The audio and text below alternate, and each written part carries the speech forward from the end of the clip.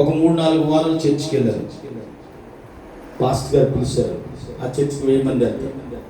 అమ్మ నీకు బాప్తిస్మం ఇచ్చేయాలి అని చెప్పి బాప్తిస్మం ఇచ్చారు.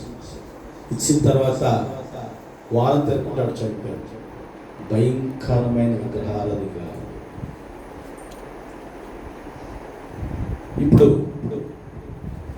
ఆవిడ చనిపోవడమే కాకుండా ఆవిడ చర్చికి వెళ్తుందని తెలియలేనటువంటి పరిస్థితులు.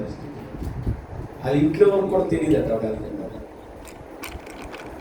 ఎవరి విశ్వాసం ఎలా ఉందో చూద్దాం. కొలస్సీలకు రాసిన పత్రిక 2:5. నేను శరీర విషయంలో దూరంగా ఉన్నను, ఆత్మ విషయంలో మీతో కూడా ఉండి మీ యోగ్యమైన ప్రవర్తన క్రీస్తునందున మీ స్థిర విశ్వాసమును చూచి ఆనందించుచున్నాను. ప్రార్థన చేసుకుందాం. మహాపరిశుద్ధుడు అయిన మా పరలోకపు తండ్రి, ప్రభువానికి స్తోత్రములు. నీ సిలువ చాటును నన్ను మరుగుపరిచి నా నోటికి మీరు బోరగా ఉండి మేము నా తండ్రి ఎలా ఉండాలో మీరు మా అందరితో మాట్లాడి మహిమ పొందుకోమని యేసు నామమున ప్రార్థిస్తున్నాను తండ్రి. ఆమేన్. హల్లెలూయా. ప్రప్రథముగా తండ్రి దేవునికి కుమారుడైన యేసుక్రీస్తు ప్రభువారికి స్తుతులు స్తోత్రాలు చెల్లిస్తూ కూడి వచ్చిన మీ అందరికీ కూడా ప్రభువైన యేసుక్రీస్తు పేరట శుభములు పలుకుతున్నాను. ప్రియమైనటువంటి సహోదరి సహోదరులారా, అపోస్తలుడైన పౌలు గారు చక్కగా చెప్పినటువంటి మాటలు ఏంటి అని అంటే, శరీర విషయంలో దూరముగా ఉన్నను, ఆత్మ విషయంలో మీతో కూడా ఉన్నాను అని చాలా చక్కగా చెప్తున్నాడు ఆయన. శరీర విషయంలో దూరం, కానీ ఆత్మ విషయంలో మీతో కూడా, నాతో కూడా మీరు ఉన్నారు, మీతో కూడా నేను ఉన్నాను అని ఎందుకు అంత భారంగా చెప్పాడు అని అంటే, ఆయన నడిపించినటువంటి విధానం ఏ విధముగా అయితే అపోస్తలుడైన పౌలు వారిని నడిపించారు, ఆ విధానాన్ని బట్టి ఆయన ఒకసారి జ్ఞాపకం చేసుకొని మాట్లాడుతూ ఉన్నాడు. శరీరం అనేటువంటిది వేరు చేయబడుతుంది, దూరం చేయబడుతుంది. లేకపోతే దేవుని బిడ్డరా అనివార్యమైన కారణాల వల్ల దూరభార ప్రాంతంలో ఉంటుంది. కానీ ఆత్మ ఎప్పుడు కూడా మన దేవునితో కలిసే ఉండాలి. హల్లెలూయా. అదే మాట ఇక్కడ.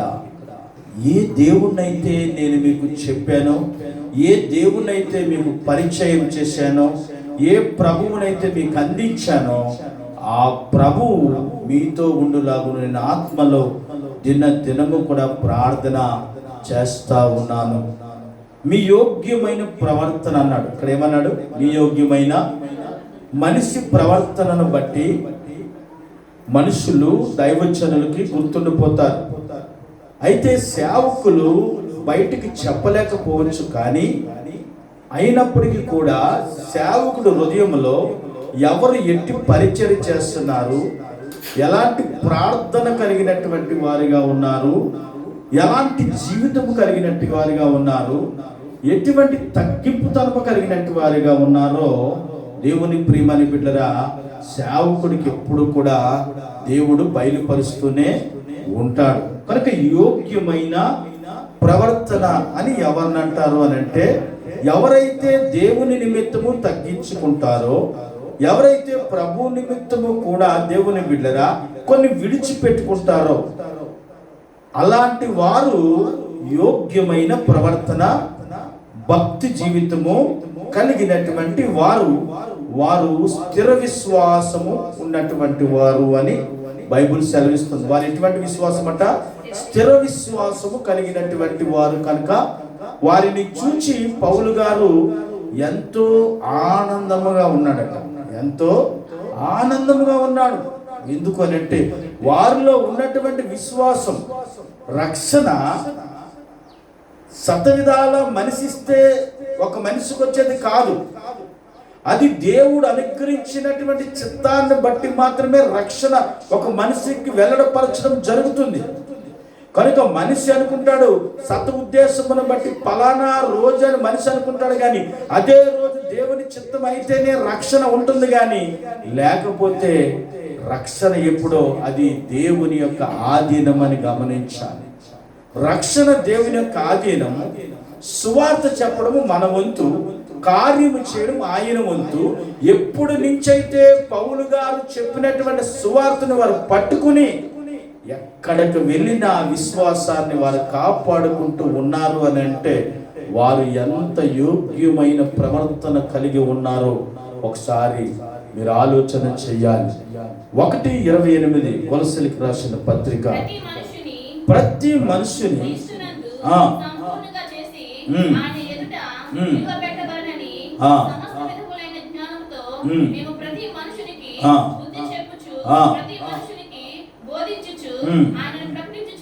చూసారా, ప్రతి మనుష్యునికి.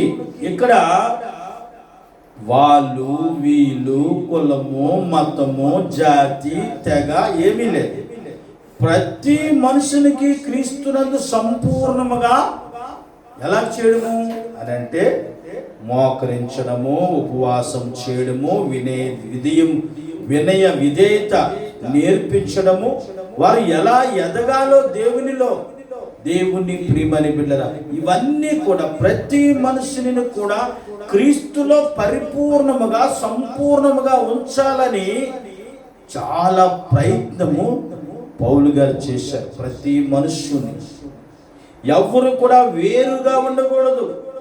అందరూ భక్తి జీవితములో, దేవుణ్ణి వెంబడించడములో, విశ్వాసములో క్రీస్తు రక్షణ పట్టుకుని వారు ముందుకు సాగేటువంటి ఆ ధన్యత కలిగి ఉండాలని వారు చాలా చక్కగా దేవుని బిడ్డరా ఎక్కడ నిలబెట్టాలంటే దేవుని ఎదుట నిలవబెట్టాలని. ఎక్కడట?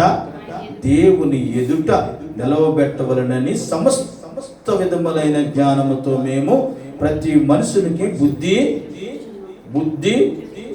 చెప్పాలి కొన్నిసార్లు. లేకపోతే తెలియదు. ఎందుకు తెలియదు అంటే తెలియకే కొన్ని విషయాల్లో స్వయం కృప అపరాధం నష్టాలు జరుగుతూ ఉంటాయి.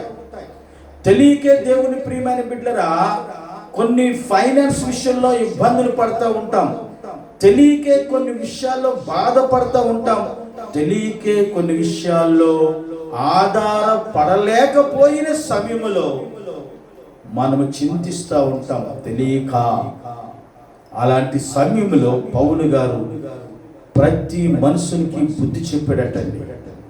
బుద్ధి చెప్పాడు. ఎందుకంటే ఈ విధంగా ఉంటే మీరు దీవించబడతారు, ఈ విధంగా ఉంటే మీరు ఆశీర్వదించబడతారు, ఈ విధంగా ఉంటే దేవునిలో ఎదుగుతారు అని చెప్పడం అనేటువంటిది గొప్ప విషయం కదా. అయితే ఎందుకు అలా చెప్పడం అంటే ఇందులో కొంతమంది మా మట్టికి మేమే అని అనేవారట. మా మట్టికి మేమే మొదటి నుంచి అన్ని చేయగలము, మేము అన్ని కూడా నేర్చుకున్నాము అని వాళ్ళు అనడం మొదలు పెట్టారట. అప్పుడు పౌలు గారు కోపం వచ్చింది. పుట్టుకతో చదువు వస్తుందా ఎవరికైనా? పుట్టుకతో ఇంగ్లీష్ రాయగలరా? ఇంగ్లీష్ మాట్లాడగలరా? రక్షింపబడిన వెంటనే ప్రార్థన చేయగలరా? రక్షింపబడిన వెంటనే పాటలు పాడగలరా? లేదే. సంపూర్ణముగా బుద్ధి చెప్పాలి. ఏం చెప్పాలట? బుద్ధి చెప్పాలి. బుద్ధి చెప్పుతూ ప్రతి మనిషికి బోధించచ్చు ఆయనను మాత్రమే ప్రకటించుచున్నాము. ఎవరిని? సజీవుడైన సిలువ వేయబడినటువంటి క్రీస్తును మాత్రమే మేము ప్రకటించుచున్నాము. మనుషుల్ని ప్రకటించడం లేదు. పరలోక భాగ్యం ఇచ్చినటువంటి దేవుణ్ణి మేము ప్రకటిస్తూ ఉన్నాం. మేము చెప్పినటువంటిది కూడా ఆయన వాక్యాలే, మేము చెప్పినటువంటివి కూడా ఆయన మాటలే. ఈ పరిశుద్ధ గ్రంథంలో ఏవైతే ఉన్నాయో ఆ మాటలే మీకు మేము తెలియపరుస్తున్నామని చెప్పి పౌలు గారు చాలా జ్ఞానయుక్తంగా గద్దించి బుద్ధి చెప్పి సరిచేసినటువంటి పరిస్థితులు దేవుని ప్రియమైన బిడ్డలు. ఎఫెసీయులకు రాసిన పత్రిక 1:7 దేవుని కృపా మహైశ్వర్యమును బట్టి ఆ ప్రియనియందు ఆయన రక్తం వలన మనకి విమోచనము. ఆమేన్. చూసారా? ఎవరి వలన? దేవుని కృపా మహైశ్వర్యమును బట్టి మాత్రమే ఆ ప్రియనియందు. ఎవరైనా 10,000లో అతి సుందరుడు, ఆయన అతి కాంక్షణీయుడు, ఆయన ధవలవర్ణుడు, రత్నవర్ణుడు ఆ ప్రియనియందు అని ఇక్కడ సంబోధించారు. పౌలు ఏమన్నాడు? ఆ ప్రియునియందు ఆయన రక్తము వలన మనకు విమోచనము అన్నాడు. చూసారా? అంటే ఒక మనిషిని పాపము వేధిస్తూ ఉన్నప్పుడు క్రీస్తు రక్తముతో కడగబడినప్పుడు మాత్రమే ఆ మనిషి విమోచించబడతాడు. విమోచనము అని అంటే బయటికి తీయడం. జబ్బు పడిన వాడు ఆసుపత్రికి వెళ్ళాడు అని అంటే ఆసుపత్రిలో మెడిసిన్ పనిచేయటము లేదు అని అంటే దానికి మించి ఇంకోటి ఏదో జరుగుతూ ఉంది అని గమనించాలి. అలాగే మన వల్ల ఏమైనా తప్పు జరిగిందేమో అని మనకి మనము సరి చేసుకోవడానికి దేవుణ్ణి అడగాలి.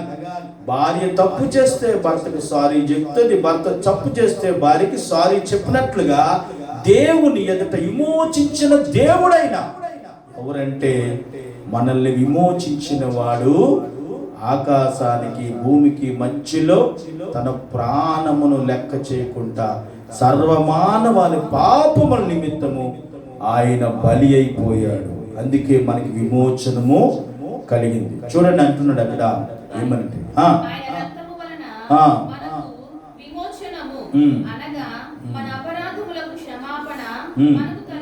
కలిగి ఉన్నది. అపరాధములు అంటే అపరాధములకు క్షమాపణ లేదు, కానీ ఎలా కలిగింది?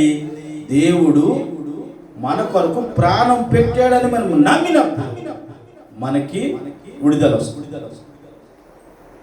ఇప్పుడు మనిషి ఏమనుకుంటాడంటే నేను ఈ పని చేస్తున్నాను, నేను ఆ పని చేస్తున్నాను, నేను ప్రయాసపడుతున్నాను, నేను కష్టపడుతున్నాను, నేను ఎంతో దుఃఖపడుతున్నాను, నేను వేదన చెందుతున్నాను అని అనుకుంటాడు కదా. ఆ మనిషి ఎప్పుడు అలాగ అనుకుంటాడో తెలుసా? విశ్వాసం లేనప్పుడు అలాగ అనుకుంటాడు, విమోచన లేనప్పుడు అలాగ అనుకుంటాడు, విడుదల లేనప్పుడు అలాగ అనుకుంటాడు.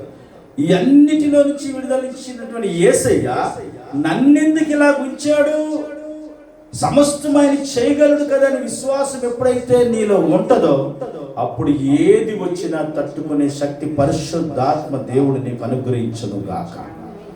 ఏది వచ్చినా నువ్వేమంటావంటే నా దేవుడు చూసుకుంటాడు, నా ప్రభు చూసుకుంటాడు, ఆయనకి అన్ని కూడా తెలుసు, నా కోసం తెలుసు, నా మనసు కోసం తెలుసు.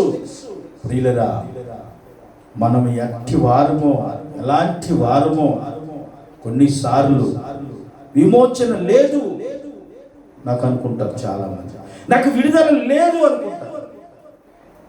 కానీ దేవుడు ఏమంటున్నాడంటే గలతీయులకు రాసిన పత్రికలో 6:5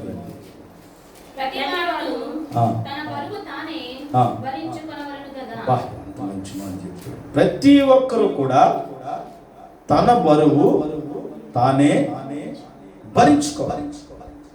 ఇప్పుడు ఎప్పుడైనా మీరు గమనించండి, బరువు అనేటువంటిది మనిషికి మంచిదా చెడ్డదా?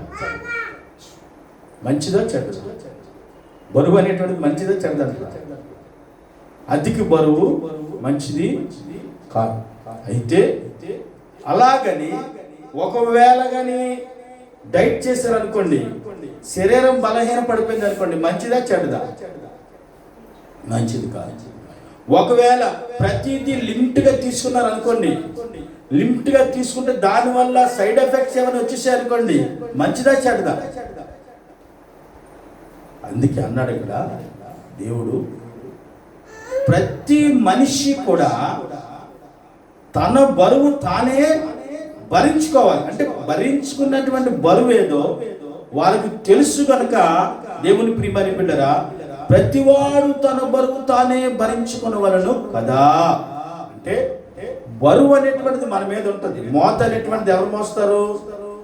మీరు టెన్షన్ ఇస్తారు. మీరు అందరూ మగోళ్ళకి అది లేదు, ఇది లేదు, అది కావాలి, ఇది కావాలంట. కానీ మోసేవాడు ఎవరు? యజమాని. ఎవరైనా మోసేవాడు ఎవరు? మీరు సత్యం చెప్పండి. మోసేవాడు యజమానుడే కాదా? అంటే తిప్పడం మీరే బాగా తిప్పుతారు, కానీ తిప్పడం కోసం పక్కన పెట్టండి. యజమానుడు సరిగ్గా తేకపోతే మీరు ఎలా చేస్తారు? యజమానుడు సరిగ్గా ఆయన కష్టార్జితాన్ని భారాన్ని భరించి ఆయన కొన్ని అన్ని కూడా విడిచిపెట్టి అన్ని విషయాల్లో కూడా పక్కన పెట్టి నా భార్య నా బిడ్డలని తన బరువు కాకుండా భార్య బిడ్డలు కూడా తన మీదే వేసుకుని భరించుకుంటూ కష్టపడుతున్నారు. నేటి దినాన్ని ఎంతో మంది ఉన్నారు కదా, వాళ్ళ కొరకు నేను మాట్లాడుతా ఉన్నా. అందుకంటున్నాడు, ప్రతి వాడు తన బరువు తానే భరించుకొనవలెను కదా. తన బరువు, తన కుటుంబ బరువు, తన బిడ్డల బరువు, తన బాధ్యతలు ఏవైతే ఉన్నాయో అన్నీ కూడా దేవుని ప్రియమని బిడ్డరా భరిస్తానే ఉంటాడు. అది గుర్తుంచుకోవాలి. అంత భరించితేనే కానీ ఒక కుటుంబము నెల వచ్చేసరికి సమస్యల్లో నుంచి బయట పడదు. అంత భరించవలసిన పరిస్థితి ప్రతి కుటుంబంలోనూ కూడా ఉంది.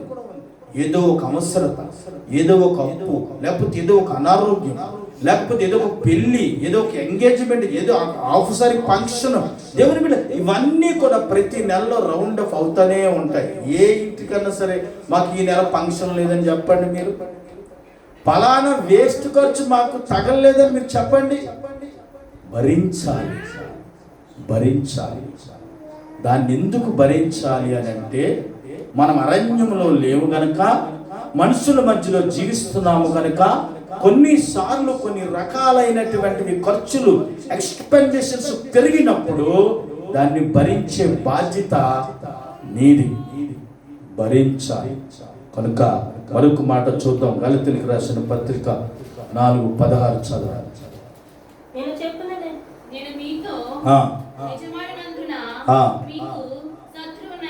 చూసారా, నేను మీతో నిజమాడినందున మీకు శత్రువుని అయిపోతానేమో. ఒకవేళ నేను నిజమే చెప్తున్నాను, భరించాలి. కొన్ని విషయాలు భరించవలసిన సమయంలో భరించాలి.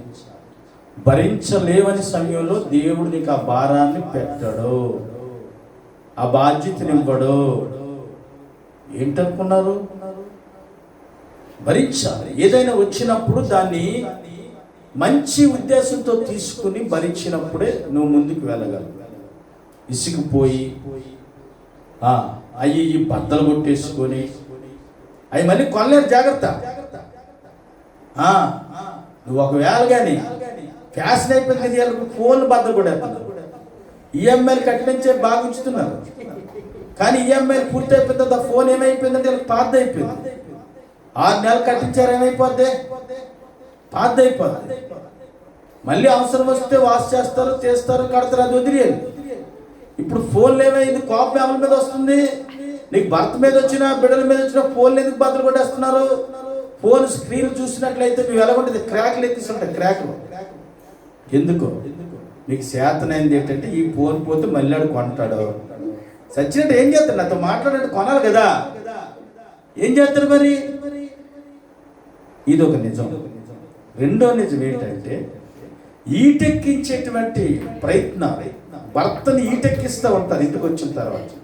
ఆయన ఏదో మామూలుగా పని నుంచి, డ్యూటీ నుంచి వచ్చిన తర్వాత చల్లగా కాఫీ ఇచ్చి ఆ చెమటెక్కిపోయావు కదా అని చెప్పి ఏదో మంచి మాటలు చెప్తూ కూలవుతారు, కానీ ఈటెక్కిస్తూ ఉంటారు. ఇది చేస్తూ ఉంటారు. ఇది చేయడంలో చాలా గొప్ప నైపుణ్యత కలిగి ఉన్నటువంటి వారు చాలా మంది ఉన్నారు. మన దగ్గరే కాదు, చాలా దిక్కులు ఉన్నది. కానీ దానివల్ల కూడా ప్రయోజనం లేదు. నువ్వు సెల్ ఫోన్ బద్దలు కొట్టేసినా నువ్వే కొనుక్కోవాలి, నీకే తగ్గిపోద్ది. జాగ్రత్త. ఏమనుకుంటాడు? నీకేదో కొనాలని అనుకుంటాడు. నువ్వు సెల్ ఫోన్ లేకపోతే అవదు కదా, బద్దలు కొట్టావు కదా, మళ్ళీ కొనకపోతే ఏడుతావు కదా, అందుకని నీకు కొంటాడు. అప్పుడు అది పోయిందా? అసలైంది ఏదో అనుకున్నాడు నీ భర్త, కానీ నువ్వేమనుకున్నావు? వీడికి సెల్ ఫోన్ బద్దలు కొట్టేసి ఇక్కడి నుంచి ఈఎంఐ కట్టుకొని 5,000 రూపాయలు 10 నెలలు 50,000 రూపాయలు. అది నష్టమే కదా. అంటే తన కోపమే తనకి శత్రువు. ఇప్పుడు నేను శత్రువుని అయిపోతానేమంటాడు పౌలు. ఏమన్నాడు? ఈ నిజం చెప్పడం వల్ల అయితే పౌలు శత్రువు అయిపోతాడు, లేకపోతే సతీష్ పౌలు శత్రువు అయిపోతాడు. నేను అంటాను, దేవుడు చెప్పకుండా ఏ మాట కూడా ఎవరు చెప్పలేదు. ఆనాడు పౌలు గారు కూడా దేవుడు ఏమైతే చెప్పాడో పరిశుద్ధాత్మ ప్రేరణ ద్వారా దాన్ని బట్టి ఆయన కలమ ద్వారా వ్రాయబడిన సత్యాలు. అందుకంటున్నాడు గలతీ సంఘంతో, నేను మీకు శత్రువునైపోతానేమో నిజమాడినందున శత్రువుని మన ఎవరుగానే అంటున్నారు, సువార్తలు ఎవరుగానే అంటున్నారు, ఇవాళ రేపునట ఎవరి రాజ్యమట, ఎవరి రాజ్యమట, మా ఇంట్లో మాత్రం మా భార్యది రాజ్యం అంటారు ఒక ఆయన అన్నాడు. ఆయన మా ఇంట్లో మాత్రం అయ్యగారు మా ఆవిడదే రాజ్యం. అయితే మీ ఆవిడ పేరు రాజ్యం ఏంటని అడిగాను. కాదు కాదు, రాజ్యం మాత్రం మా ఆవిడదే, కానీ మా ఆవిడ పేరు రాజ్యం అయితే కాదు. చూసారా? అంటే దేవుని బిడ్డ కొన్నిసార్లు నిజం చెప్పడం ద్వారాగా, గద్దించడం ద్వారాగా, బుద్ధి చెప్పడం ద్వారా ఏమవుతుందంటే కొంచెం గ్యాప్ పెరుగుతుంది. అవునా కదా? శత్రువు అయిపోతాం ఎవరిమైనా కూడా. అందుకే కొన్ని నిజాలు చెప్పకపోవడమే మంచిది. ఏమంటారు? కాకరకాయ చేదుగా ఉంటుందని ఎంత నిజమో, వాక్యం కూడా అంత చేదుగా ఉంటుందని ఒకసారి తెలియాలి. ఎందుకనంటే కాకరకాయ తింటేనే చేదు, అలాగే వాక్యం కూడా కొన్నిసార్లు చాలా బలంగా పనిచేస్తుంది. అందుకే కొన్నిసార్లు జాగ్రత్తగా ఉండాలి. ఈరోజు దేవుడు మాట్లాడుతున్నాడు, నువ్వు అయ్యి బద్దలు కొట్టి జాగ్రత్త. బద్దలు కొట్టిస్తే ఆ బరువు, ఆ భారం నువ్వే భరించవలసిన పరిస్థితి. కనుక ఎక్స్పెండిచర్స్ ఎక్కువైపోతున్నాయి నీ ఇంట్లో, ఖర్చు ఎక్కువైపోతుంది నీ ఇంట్లో, వచ్చి రాబడి తక్కువైపోతుంది నీ ఇంట్లో. చాలా మంది అంటారు, ఈ నెలలో అనుకోలేని ఖర్చులండి, ఇంత సంపాదనని మీరు ఎలాగైపోతే సేవ చేస్తున్నాను నేనేమైపోవాలి. ఏమండి? ఒక నాటకం ప్రార్థన ప్రభువా అని చెప్పి దేవుని ప్రియమని బిడ్డరా, ఈరోజు నేను చెప్తున్నాను, జాగ్రత్త వినండి. దేవుని పాదాల దగ్గర ఒప్పుకోవలసిన పరిస్థితి ఉంది ఈరోజు. ఏదైనా జరిగినప్పుడు, అయ్యా నా వల్ల తప్పేమని జరిగింది, నన్ను క్షమించవా ప్రభు, అయ్యా నేనేం పాపం చేసానేమో నన్ను క్షమించవా, నీ వాక్యానికి నేను వ్యతిరేకున్నానేమో నన్ను క్షమించవా. ఈ మధ్యట ఒక పెళ్లి చూపులు జరిగాయంట. ఆ పెళ్లి చూపుల్లో ఆ పెళ్లి కుమార్తె కొన్ని కన్యసలు పెట్టింది. ఏంటో తెలుసా? ఎక్కువ అడవాడి లేకుండా, వీడియో షూటింగ్ లేకుండా, ఒక కీబోర్డు, ఒక ప్యాడ్స్, ఇంకా డప్పు డమార్ ఉంది కదా, ఈ మధ్య అవి కూడా పెట్టేస్తున్నారు క్రైస్తవు, అవి కూడా నాకు వద్దు. అలాగా చక్కగా రిజిస్టర్ ఆఫీస్కి వెళ్ళి పెళ్లి చేసుకుంటాం, దీనికి ఒప్పుకుంటేనే మీరు రెడీ అవ్వండి. చూసారా? ఇంకోటి చెప్పిందట, పెళ్ళి అయ్యేటప్పుడు స్టేజ్ మీద పాస్ట్ గారు ఒక్కలే ఉండాలి, పెళ్లి కొడుకు నేనే ఉండాలి, ఇంకెవరు ఉండకూడదు. ఈరోజు ఎలాగైపోయిందంటే పరిస్థితి, మనుషులు వాళ్ళు దారులు తప్పి వెళ్తున్నటువంటి పరిస్థితిలో ఉన్నారు కనుక కొంతమంది ఈ నిర్ణయాలు తీసుకుంటున్నారు. అప్పుడు వెళ్ళినటువంటి వాళ్ళు ఆశ్చర్యపడిపోయారట. తక్కువ ఖర్చులన్నీ వేస్ట్ ఖర్చులే కదా. నిజమే, తన అనుభవంలో నుంచి చక్కని మాట ఆ అమ్మాయి చెప్పింది అని చెప్పి పెళ్లి కుమారుడు చక్కగా ఒప్పుకున్నాడట ప్రియులరా. కానీ ఆ అమ్మాయి శత్రువు అవ్వచ్చు నిజం చెప్పినందుకు, కానీ ఎంత ఖర్చు మిగిలిందో చూసారా? ఎంత వేస్టేజ్ అవుతున్నటువంటి ఖర్చుని, ఒక 2 లక్షల 3 లక్షల రూపాయల ఖర్చుని మిగిలించినట్టే కదా లెక్క. కనుక గమనించండి, ఏదైనా కూడా, ఏది చేసినప్పటికీ కూడా నిన్ను నువ్వు జాగ్రత్తగా ఉండడమే చాలా మంచిది. అందుకేమన్నాడు ఇక్కడ చూడండి, ఆ మాట చూపిస్తాను. 11 చదవండి, 4:11. మీ విషయమై నేను పడిన కష్టము వ్యర్థమైపోనేమని మిమ్మల్ని గురించి భయపడుతున్నాను. కొన్నిసార్లు మీ ప్రవర్తన బట్టి, పాస్ట్ గారు మీకు ఇది చెప్తున్నారు వాక్యం, మీకు ఇదే చెప్పారా అని మిమ్మల్ని ఎవరైనా అన్నారా? సూటి ప్రశ్న. పాస్ట్ గారు మీరు చర్చికి వెళ్ళినప్పుడు ఆయన ఈ వాక్యం చెప్తాడు, ఎలా ఉండమని చెప్తున్నాడా? మిమ్మల్ని పొగరగా ఉండమని చెప్తున్నాడా? సెల్ ఫోన్ బెద్దలు కొట్టమని చెప్తున్నాడు ఆయన వాక్యము? ఒళ్ళు తగ్గిరెట్టుకోమని చెప్తున్నాడా? లేదా మీ పాస్ట్ గారు అని మిమ్మల్ని అడిగారా? అడిగే ఉంటారు. మీ మనసులో జ్ఞాపకం చేసుకోవాలి. మీరు వెళ్ళినప్పుడు దైవజనుడు ఏవైతే బోధిస్తూ ఉన్నాడో, అందుకే వాళ్ళు చూసుకోవడానికే యూట్యూబ్. నేను ఏం చెప్పినా లైవ్లో చూసేసుకుంటారు కదా, ఇంకా మళ్ళీ మీరు చెప్పాల్సిన పని లేదు. ఎందుకంటే ఏవి చెప్పినా ఓపెన్గా చూసుకోవడానికి చక్కని ఛానల్ ఉంది, దానిలో ఎంతో మంది చూస్తున్నారు కనుక అందులో మీరు ఏం చెప్పినా నమ్మడానికి అయితే ఏమి కూడా ఉండదు. కనుక భయం వేస్తూ ఉంటుంది కొన్నిసార్లు. ప్రియమైన దేవుని సంగమా, దేవుని బిడ్డల గమనించండి, భయపడేటువంటి పరిస్థితి ఎప్పుడు కూడా రాకూడదు. ఇంత ప్రార్థన, ఇంత కష్టం, ఇంత సువార్త ఒకవేళ ఏమైపోతుందో, వ్యర్థమైపోతుందేమో అని చెప్పి పౌలు భయపడతా ఉన్నాడట. నువ్వు కూడా భయపడతావు కదా పిల్లల కోసం. నేను ఎంత సాక్రిఫైస్ చేస్తూ ఉన్నాను, వాళ్ళ కొరకు ఎంత నడుము కట్టుకుంటూ ఉన్నాను, ఎంత ఉపవాసం ఉండి ప్రార్థన చేస్తున్నాను, ఎక్కువజాము లేచి వాళ్ళు తీరుతెన్నులు ఎలా ఉంటాయో, వాళ్ళు ఎట్టివారిగా తయారు చేయబోతున్నాడో దేవుడు తయారు చేయడం కాదు, దేవుని చేతిలో మనం పెట్టాలి. ఆమేన్ చెప్పాలి. హల్లెలూయా. కనుక నేను పడిన కష్టము వ్యర్థమైపోవునేమని నీకు కూడా ఏదో ఒక టైంలో అనిపిస్తుంది. దేవుని బిడ్డలారా, నీకు కూడా అనిపిస్తుంది, నేను ఎంత చేస్తున్నాను దేవుడికి, లేకపోతే నేను ఎంత సువార్త ప్రకటిస్తున్నాను, దేవుని పనిలో నేను ఎప్పుడు కూడా ముందుంటాను, నాకే ఎందుకు కష్టాలు, నాకే ఎందుకు బాధలు, నాకే ఎందుకు బలహీనతలు అని అనుకుంటావు. ఒకటి గుర్తుంచుకో, ఎంత బలహీన పడతా ఉన్నా దానికి బలపరిచే దేవుని వాక్యం ఉంది కదా. నేను ఎప్పుడైతే బలహీనున్నో అప్పుడు ఆయన యందు నేను బలవంతులవుతాను అన్నాడు పౌలు. హల్లెలూయా. దేవునికి స్తోత్రం.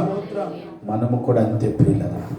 కొన్నిసార్లు మన జీవితంలో తప్పు జరిగిపోయినప్పుడు, లేకపోతే తప్పు దొర్లిపోయినప్పుడు మనం ఏమనుకుంటామంటే ఏదో జరుగుతుంది, మిస్టేక్ అని మనకు ముందే మనం గుర్తు చేసుకుంటా ఉంటాం. ఎందుకు గుర్తు చేసుకుంటూ ఉంటాము అని అంటే 5:10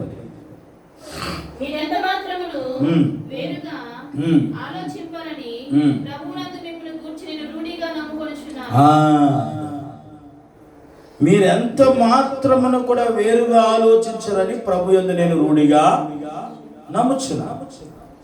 వాక్యమే. దీనిలోని ఎవరైనా తీయగలరా?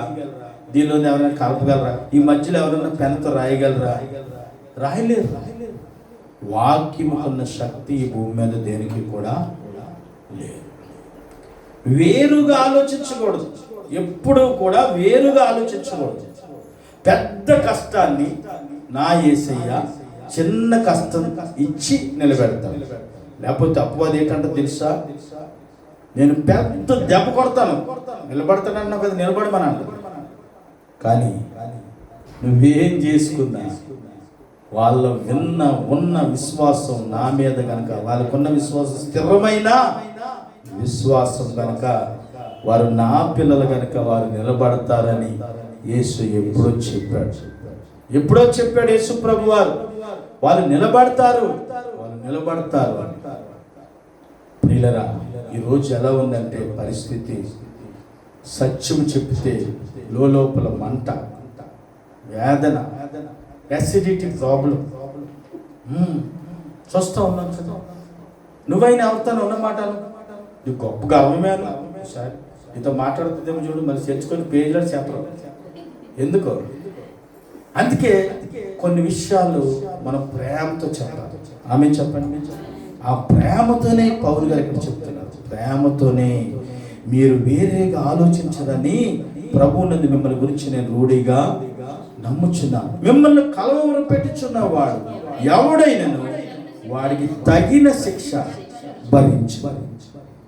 ఎవడైతే మిమ్మల్ని కలవరం పెడుతూ ఉన్నాడు వాడు అపవాదవని, ఈ భూమి మీద మనుష్యుడవని, మనుషురాలవని, ఎవడైనా కూడా వాడికి శిక్ష చేసేవాడు దేవుడు. కొంతమంది కలవర పెడతా ఉంటారు. ఏమని? మా సంఘంలోనికి రండి, మా సంఘంలో కొన్ని ప్రత్యేకతలు ఉన్నాయి. ఏం ప్రత్యేకతలు ఉన్నాయట? మనం పాడిన పాటలే. అక్కడైనా కొత్తగా ఏం లేదు, అక్కడే కొత్తదేం లేదు. కొత్తగా ఏమన్నా ఉందంటే పరలోకంలో మనకు కనిపిస్తుంది. ఈ భూమి మీద అన్ని సంఘాల్లో ఉన్నది ఒకటే. కలవరం పెడతా ఉంటారు.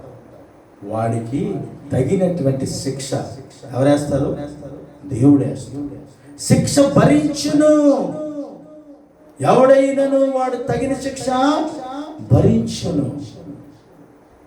సంఘము అనేటువంటి దేవుడు సంఘమును ఏర్పాటు చేసుకున్న తర్వాత దేవుడు కృపను బట్టి దేవుడికి తెలుసు, ఆ సంఘ కాపురికి ఇచ్చిన జ్ఞానమును బట్టి ఆ జ్ఞానముతో అలాగా నడిపించుకుంటూ వేదన బాధ వచ్చిన పర్ఫెక్ట్గా ఎవరు కూడా రేపొద్దున దైవజనుడి మీద ముఖం మీదకి వచ్చి మాట్లాడుకుంటా నడిపించుకుంటాడే దేవుడు పిలుపున్న సేవకుడు ఆయన. ఆమేన్ చెప్పాలి. మళ్ళీ మాట్లాడలేరు ఎందుకు అని అంటే నేను అంటాను, విశ్వాసం నీది, రక్షణ దేవుడిచ్చింది కదా.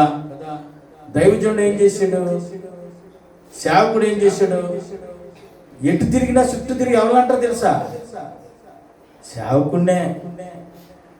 పాస్టర్ గారిని అంటారు ఎందుకు, నీకోసం ప్రార్థన చేసేది, నువ్వు కష్టాలు ఉన్నప్పుడు, నీకు పిల్లలు లేనప్పుడు, నీకు ఆడపిల్ల కావాలంటే ఆడపిల్ల, మగపిల్ల కానీ మగపిల్ల, నీ ఇంట్లో బాధలున్నాడు, కష్టాలను వేదలు ఉన్నప్పుడు నీకోసం పాస్టర్ గారిని అనాలా. నువ్వు అప్పులు బాధలున్నాడు, ఎవరు ప్రార్థన చేశారు, పాస్టర్ గారు దగ్గర పాస్టర్ గారిని అంటారు. శిక్ష తగినటువంటి శిక్ష. ఎవరైతే కలవర పెడతా ఉన్నారో వారు తగిన శిక్షకు వారు తగిన శిక్ష భరిస్తారు. దేవుని ప్రియమైన బిడ్డరా గమనించండి, ఒకరిని ఏ విధమైన కలవరము నువ్వు పెట్టకు, ఒకరి కలవరంలో నువ్వు పడిపో. ఒకరిని నువ్వు కలవర పెట్టవద్దు, ఒకరి కలవరంలో నువ్వు పడిపోను వద్దు. చూస్తున్నాం కదా, మోసపోతున్నారు ఈ రోజులు ఎంతో మంది మోసపోతున్నారు. అవంటారు ఇవంటారు ఇది చెప్తారు, దానివల్ల పొందుకున్నది ఏమీ ఉండదు. నేను అంటాను, మనిషి యథార్థతను బట్టి దేవుడు సమయాన్ని బట్టి ఎలాగ చెయ్యాలో దేవుడికి తెలుసండి. దేవుడికి తెలుసు ఎలాగ చెయ్యాలో, ఆ యథార్థతను బట్టే నడిపిస్తాడు. ఒకవేళ ఏమైనా హాని చేస్తే తగినటువంటి శిక్ష భరిస్తాడు. తర్వాత చూడండి చివరిగా 2 కొరింథీ 12:19.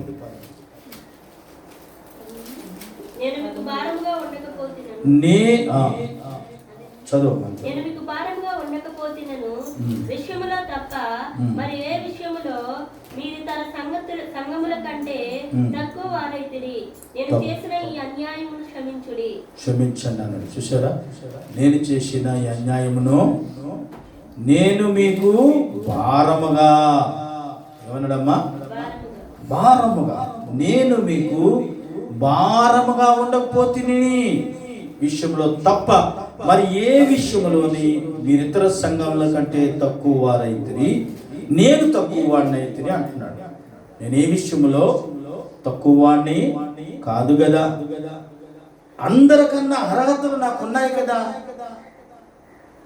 అపోస్తులో నేను కూడా ప్రథమ వాడును, నాకు క్రీస్తు అర్హతను కలిగి ఉన్నవాడు అయినను నాకు నేను తగ్గించుకున్నవాడును అన్నాడు పౌలు. అయినను నాకు నేను తగ్గించుకున్న వాడును. కనుక దేవుని ప్రియమైన బిడ్డరా, భారంగా ఉండపోతుని అని ఏ విషయంలో తప్ప మరి ఏ విషయంలోని మీరు ఇతర సంఘముల కంటే తక్కువ వారైతిరి. ఎప్పుడైనా మీకేం తక్కువ చేశానా? లేదే. అందరినీ ప్రేమించినట్టు మిమ్మల్ని ప్రేమించాను కదా, అందరి కొరకు ప్రార్థించినట్టు మీకోసం కూడా ప్రార్థన చేశాను కదా, అందరి కొరకు అంగలార్చిన మీకోసం కూడా అంగలార్చాను కదా, ఎంతో బాధపడ్డాను కదా, ఎంతో ప్రసవ వేదన కలిగి ఉన్నాను కదా మీ కొరకు కూడా. మనకంట ఏ సంఘం కూడా గొప్ప కాదు అని పౌలు చాలా చక్కగా చెప్తా ఉన్నాడు. నేను ప్రత్యేకంగా ఏది ఆశించలేదే మీ దగ్గర, ఎక్స్పెషల్గా మీ ఇంటికి వచ్చి మీ ఇళ్ళలోకి వచ్చి నేనేమి అడగలేదే. నాకు ఫలానాది మీరు చేయండి అని నా 2 చేతులు చాపి దేవుని వైపు ప్రార్థన చేస్తాను, కానీ నా వ్యక్తిగతంగా ఎప్పుడైనా నేను మిమ్మల్ని ఏమైనా అడిగేనా? అడగలేదు కదా. నేను దేవుని మీద ఆధారపడిన వాడను, దేవుడు నడిపింపుని బట్టి నడిచినటువంటి వాడను, దేవుడి విధానాలను బట్టి నడుచుకున్నటువంటి వాడను. కనుక నేను ప్రభువుని వెతుకుచున్నాను, అంతకు తప్ప ఒకవేళ నేను చేసిన ఈ అన్యాయమును క్షమించండి అన్నాడు. ఒకవేళ ఏమైనా నాకు తెలియక ఏమైనా చేసేనేమో, అలాంటిది ఏమైనా ఉంటే నన్ను క్షమించండి కొరింథీ సంఘానికి పౌలు చక్కని మాట చెప్పాడు. చాలా చక్కని మాట. మళ్ళీ అంటున్నాడు ఏమని తెలుసా? 12 చదవండి. సూచక్రియలను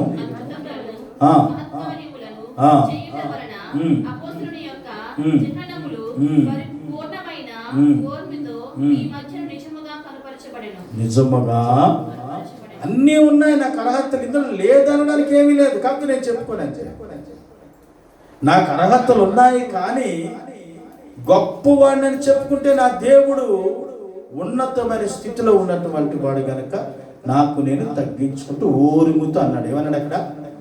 ఓరుముతో. చాలా సహనములు ఉన్నాయి నా దగ్గర, చాలా అద్భుతములు ఉన్నాయి, చాలా సూచక్రియలు ఉన్నాయి. అన్నిటినీ చేయడం ద్వారాగా అన్నీ కూడా ప్రభు ఇచ్చినటువంటి ఆ దీవెనలు ఉన్నాయి అని చెప్పి ఆయన చెబుతూ, నేను దేనికి కూడా తక్కువ కాదు, ఓర్ముతో మీ మధ్యన నిజముగా కనపడుతూనే ఉన్నాను, ఓర్ముతో ఉన్నాను, ఓర్పుతో ఉన్నాను. చూసారా ఎంత బాధపడుతూ ఈ మాట చెప్తా ఉన్నాడు. కొన్నిసార్లు ఓపుకును సహనాన్ని పరీక్షిస్తూ ఉంటారు. అయినను కూడా పౌలు ఎంత మాత్రమును కూడా బాధపడలేదు. తన స్థితిని పెంచుకోవడానికి కూడా ఇష్టపడలేదు. తను ఏ స్థితిలోనైతే ఉండాలని అనుకున్నాడు ఆ స్థితిని బట్టి మాత్రమే దేవుని మీద ఆధారపడి తగ్గించుకుని, ప్రతి ఒక్క ఆత్మ గాని ఏ సంఘము కన్నా నా సంఘములో ఏది తక్కువ లేదు అనేటువంటి విధానమును కూడా పౌలు గారు చెప్పడానికి ఇష్టపడ్డారు అని అంటే దేవుని ప్రియమని బిడ్డరా ఎంత గొప్ప విషయము కదా. సున్నంగా నీ కొరకు కనిపెట్టి, నీ పిల్లల కొరకు, నీ కుటుంబం కొరకు కనిపెట్టి ప్రార్థన చేసే దైవజనుడు ఈరోజు ఉండాలి. ఆ దైవజనుడు దేవుడు పిలుపును బట్టి ఉన్నటువంటి వాడు. ఇంతవరకు ఎన్నో దేవుడు అద్భుతాలు, ఆశ్చర్య కార్యములు, సూచక్రియములు ఎన్నెన్నో చేశాడు, ఇప్పటికీ చేస్తానే ఉన్నాడు. అందుకే పౌలు గారికి ఆయనకి చాలా విశ్వాసం, నా మీద నాకు చాలా విశ్వాసం ఎక్కువ. ప్రియమైన దేవుడు, మనం అందరం మనుషులు. రేపు పొద్దున్న ఏమైనా అయిపోతే పలానా సహోదరి ఇలాంటి పరిచయం చేసింది, పలానా సహోదరుడు ఇలాంటి పరిచయం చేసిందని ఒక మచ్చు తోనకగా మనము చెప్పుకోవలసిన వారమై ఉన్నాము, కానీ నిషేధింపబడిన వారముగా మనము ఉండకూడదు. మనం అందరమే కూడా దేవుని యొక్క దృష్టిలో యోగ్యమైన ప్రవర్తన కలిగి, దేవుని దృష్టిలో మనము యోగ్యమైన ప్రవర్తన కలిగి ముందుకు సాగి, మనకు మనము సరిదిద్దుకొని, మనకు మనము భారము భరించుకొని దేవుని ఎదుట నిలవబడినటువంటి సాక్ష్యము కలిగి మనం ముందుకు వెళ్దాం. దేవుని రాజ్యాన్ని కడదాం. దేవుడి మాటలు దీవించును గాక. మంచిది. ప్రార్థన.